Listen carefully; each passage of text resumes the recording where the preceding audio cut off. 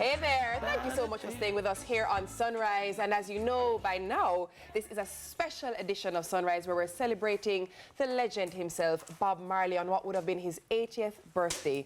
So we're going to head on over to Mrs. Kitty, who is at 56 Old Hope Road, or Hope Road rather, where the celebrations are underway. Over to you, Mrs. Kitty. At 56 Hope Road, celebrating the 80th birthday of the icon of the legend, Robert Nesta Marley, OM, and we're celebrating under the theme Uprising 80. But guess what? Right now on stage, we have the Ethiopian Orthodox Church doing their presentation and paying homage and respect to Bob Marley, who incidentally was baptized in the Ethiopian Orthodox Church and then given the name, get this guys, Berhane Selassie, which actually means light of the Trinity. And so we want to just say big ups to the Ethiopian Orthodox Church for being here. Quite a number of persons are here from a spiritual perspective. One such is standing right next to me right now. His name is Calvin Mitchell, but he did a most important job this morning. He sounded the Abeng, and that is a very significant, thing in terms of the spirituality, and the meaning is great, but I won't tell you what it means. I will ask him. Calvin, good morning to you, sir. How are you doing? Good morning, Miss Kitty. Yes. I'm good so far. Lovely. And this morning, how does it feel to be here, to be a part of the celebration of Bob Marley's birthday? History. Big history. I've been at this place over years. Yeah. And when they asked me to blow their bang, I did not hesitate. I just come. For those who may not know, what is the significance of sounding their bang? What does that mean? It's a call. Back then, Maroons used to make different sounds for communication, and they use the Abeng as such. I'll cut the story short because it's very long. So they use the Abeng to sound the warriors, and it's also spiritual. When they're having their ceremony, they have to sound it for the ancestors. And this is one such. Bob Marley is now an ancestor, so we have to sound the Abeng every time his birthday at the office. At the office. And what would you say is your favorite Bob Marley song? One Love. Uprising. Every time. Every time. Every time. Calvin, thank you so much. We're calling Calvin the Abeng man for a morning. Sound it for me, please. Okay.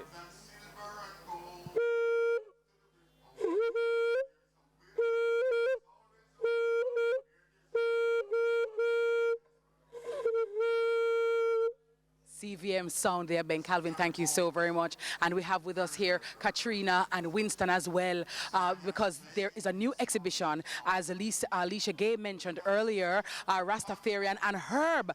And just for your information, back in 2015, February 2015, Jamaica's legislature voted to amend the nation's cannabis laws and decriminalize the use of marijuana. So the possession of up to 2 ounces is a petty offense and will not result in a criminal record. Cultivation of 5 or fewer plants is permitted. It also says, and I'm just extracting some of what the law says, practitioners of the Rastafari faith may use cannabis for religious purposes, and tourists with a prescription for medical marijuana may apply for permits to purchase a small amount. And that's just some of what the law says. And this now brings us to Rastafarian and Herb. Good morning, Katrina. Good morning, Winston. How are you? Good morning. We're good. Thank you.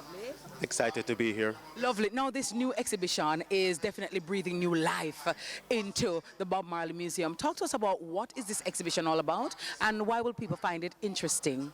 All right, so this exhibition ultimately gives you a nice synopsis and takes you on a little journey as to the significance of Rastafari, as well as its relationship to herb as a sacrament. So it will actually take you through the journey in terms of engaging with the prediction of Marcus Garvey, the coming of a black king with Haile Selassie, moving into Howell and his relationship in terms of the development of Pinnacle as a place, the first Rastafari settlement, but also moving into even Mortimer Plano. maternal planner in terms of him being a teacher of Rastafari, but also the mentor for Bob Marley and Rita Marley. Absolutely amazing. Winston, somebody who has never been to the museum before, what will they be able to learn? Because I tend to find that, yes, the entertainment part of it is great, but the knowledge is also quite important. And I do think that when people learn and understand, they have more of an affinity and a closeness to the information and to the individual. What kind of information will you be giving so that people can walk away being like, oh, wow, I didn't know that?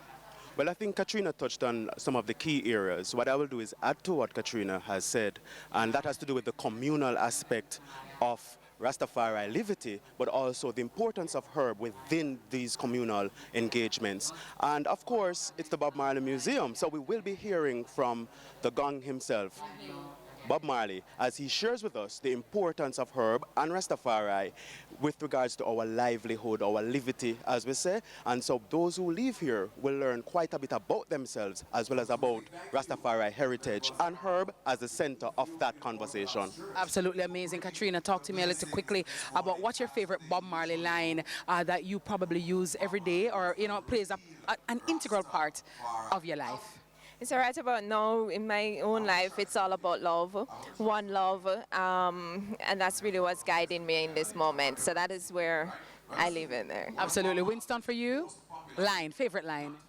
Favorite line, wow, it depends on the moment, but I do love that very soulful song that speaks to, ironically, Jah will never give the power to a ballad.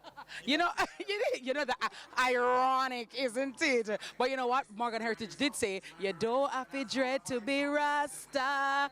Don't have to dread. This is not a dreadlock sting, but an inborn conception of the heart. So you're rescued. That is it, that is it. So happy to have you guys here. Thank you so very much. And I'm definitely looking forward to seeing the exhibition. So wonderful. Thank you for having us. Katrina and Winston there, Rasta and Herb. But guys, I'm not leaving you out at all because I got some giveaways for you. Well, guess what? If you can run to YouTube and answer these 2 questions, I secured some Uprising 80 shirts for you, okay? And these guys are very, very much so collector's items, all right? So the first question is, what is the name of the band that performed in our first link?